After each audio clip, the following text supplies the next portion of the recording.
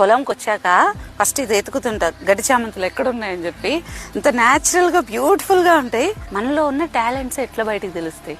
Comfort zone లో ఏది తెలీదు. చాలా ప్రశాంతంగా ఉన్నప్పుడు మన బుర్ర పనిచేయదు.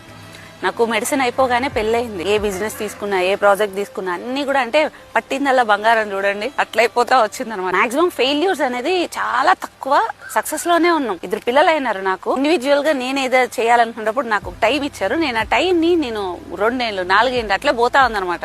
ఎందుకంటే నాకు హాస్పిటల్ ఓపీ చూసుకొని ఒక పేషెంట్ కి మందులు రాసి ఇచ్చేసి ఆ పోండి మీకు తగ్గిపోతుంది అనేది కరెక్ట్ కాదు మెథడ్ అనిపించింది. టైం తీసుకున్నా ఆ టైంలో ఊపిరాని సిచ్యువేషన్స్ వచ్చేసినాయి. ఇప్పుడు ఒకటి ఆలోచించినాం, డాక్టర్ సతీష్ కుమార్ వైఫ్, ఆయన successful doctor, successful business men అనేది కాకుండా హర్నాథ్ రెడ్డి గారు మెకానిక్.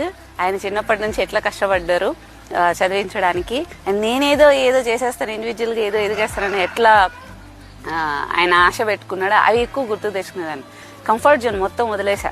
ఇప్పుడు కూడా మీరు అంటారు సింపుల్ గా ఉంటారు. ఎలా అంటే నేను ఆయన కూతురు అంటే ఒక మూలం నుంచి ఎట్లా వచ్చానో అలాగే ఉండడానికి ఇష్టపడతా. అదే బ్రెయిన్ అంటే స్ట్రగుల్ ఫర్ సర్వైవ్. మనం ఎట్లా ఒకటి సర్వైవ్ అవ్వాలి ఎట్లా అనేటప్పుడు బుర్ర పనిచేస్తుంది తప్ప ఒక కంఫర్ట్ జోన్ లో మొత్తం అంతా ఉండి ఒక సక్సెస్ లో ఉన్నప్పుడు బుర్ర పనిచేయదు. కంఫర్ట్ జోన్ అనేది వెళ్ళిపోవాలి, ప్రాబ్లమ్స్ రావాలి, అప్పుడు మన టాలెంట్స్ అన్ని బయటకు వస్తుంటాయి.